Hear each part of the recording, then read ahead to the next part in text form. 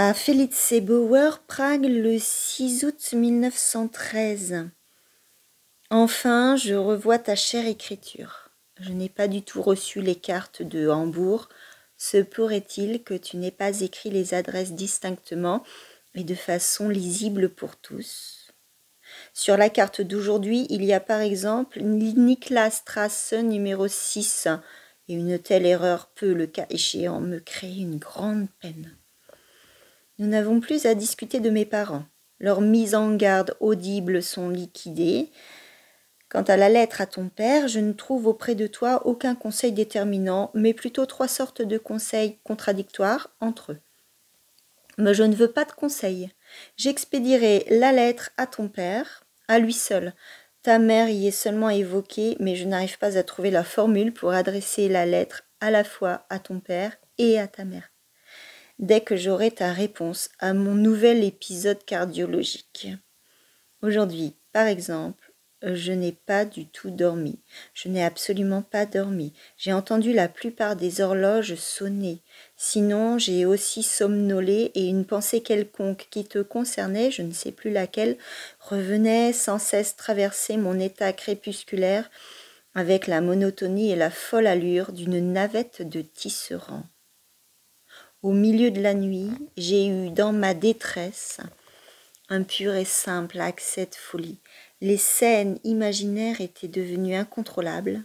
Tout partait en morceaux, jusqu'au moment où, au comble de ma détresse, apparaissait le bicorne d'un général napoléonien qui venait à mon aide en se rabattant sur ma conscience et en la maintenant de force dans son intégrité. Ce faisant, mon cœur battait quasi magnifiquement et j'ai rejeté la couverture, bien que la fenêtre fût grande ouverte et la nuit plutôt fraîche. Et bizarrement, bien que pendant la nuit j'ai totalement exclu d'aller au bureau, je ne me sentais pas particulièrement mal au matin, à l'exception de quelques douleurs au cœur et dans sa périphérie. Et lorsque j'ai reçu ta carte et ta lettre au bureau, la lettre écrite lundi après-midi est donc arrivée tôt le mercredi. Je me suis sentie bien mieux encore.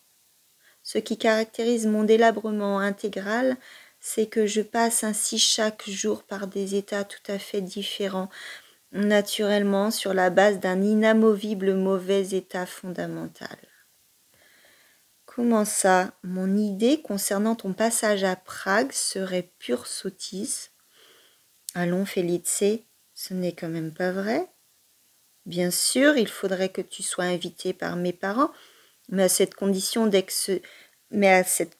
près, ce serait pourtant la chose la plus facile du monde, et tellement belle en plus, ce qui est décisif.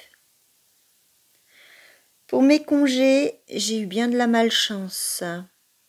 D'abord, je voulais voyager 15 jours et passer les 15 jours restants dans un sanatorium. Mais à présent, il apparaît absolument nécessaire de rester tout le temps au sanatorium. Alors, j'ai choisi un sanatorium près de Gênes, à Pegli. J'aurai ainsi en même temps le voyage, du fait de la proximité de Gênes, et le sanatorium.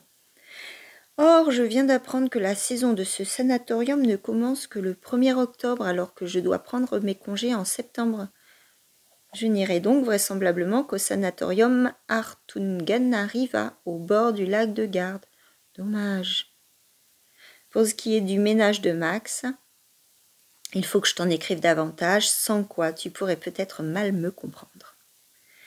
Dis-moi, on fait tant de photographies au bain de mer, j'aimerais bien te voir, par exemple, assise dans une grande corbeille de plage ou dans les dunes. Ne pourrais-je pas avoir une photo, Franz ?